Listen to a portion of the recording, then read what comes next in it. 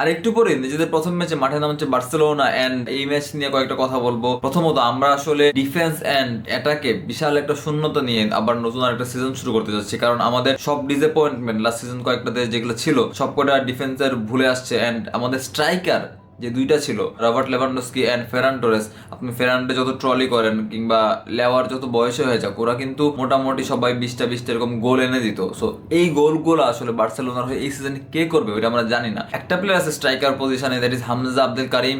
আর ছোট একটা ছেলে, বাট প্রি সিজনে ভালো ভালো গোল করছে এন্ড সবার মধ্যে মোটামুটি একটা এক্সাইটমেন্ট আসছে যে হ্যাঁ ওকে আমরা ফার্স্ট টিমে একটু প্রমোশন দিয়ে দেন চান্স দিয়ে দিয়ে দেখি। বাট একটা তো ভাই প্রপার স্ট্রাইকার লাগবে, কারণ এত হাই লেভেলে আপনি খেলতেছেন, বড় ম্যাচের প্রেশার আপনার এই ছোট ছেলে নিতে পারবে কিনা। অলসো আমাদের ডিফেন্স নিয়ে সবচেয়ে বেশি কনসার্নটা, ডিফেন্সটা হচ্ছে যে আমরা মেবি এই সিজনও আবার কুবার্সি এন্ড জেরার্ড মার্টিন ডো দেখবো মেক্সি লেফট ব্যাক এন্ড আপনি সিবি খেলাবেন। অলসো আমরা বালদেকে সেল করে দিতেছি। সো জোয়াও কানসেলো যদি ইনজুরিতে পড়ে আমরা ওই রোলে আসলে কারে খেলাবো? এজ আমরা সিবিও সাইন করতেছি না, ওই জায়গাতে জেরার্ড মার্টিনকে সেন্টার ব্যাকে খেলাইতেছি, লেফটে জোয়াও কানসেলো খেলাইতেছি। তো সিজনটা তো আসলে একদিন দুই দিনের না, সব প্লেয়ার এমনি ইনজোর্ড হয়ে যায় একটা টাইমে যে রাইট ব্যাকে কুন্ডে এজ ইউজুয়াল এন্ড সবাই ওর পারফরমেন্স অনেক বেশি হতাশ। আরো একটা কনসার্নিং ব্যাপার হচ্ছে আপনি একটু পিছনে ফিরে যান, 2 সিজন আগে ইউসিএল এর সেমিফাইনালে আমরা দুইটা ফুল ব্যাকের ইনজুরি নিয়ে স্টার্ট করি ইন্টার মিলানের এগেনস্ট এন্ড ফলাফলটা সবাই জানেন, আমরা একদম পুরো মুখে থাপ্পড় দিয়ে আমাদের বের করে দেয় ইন্টার মিলান, কারণ আমাদের ডিফেন্সে খুব বেশি একটা আমরা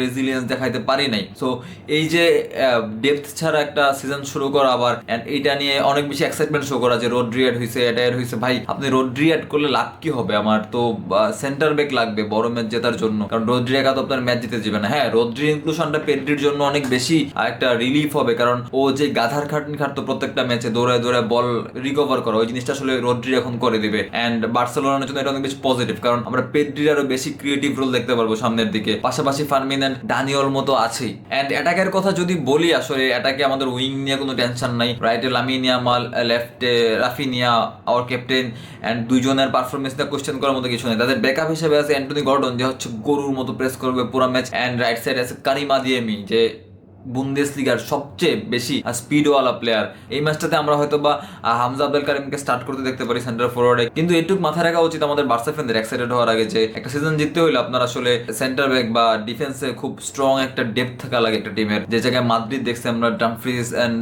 কোনাটের মতো বড় বড় স্টার সাইন করাইছে, আমরা বেসিকলি অ্যাটাক এন্ড মিডের দিকে সবসময় জ্ঞান জানি অনেক বেশি ঝুঁকে থাকি, আমরা আরো প্লেয়ার ডিফেন্স থেকে সেল করে দিতেছি। সো আমি জানি না আসলে, হ্যাঁ let's hope for the best. আসলে ফ্লিক জানে, বার্সেলোনার ম্যানেজমেন্ট জানে যে কি হবে আসলে, এন্ড আমরা যারা ফ্যান তারা একটু হোপ রাখতে পারি, জাস্ট আর তো কিছু করতে পারি না।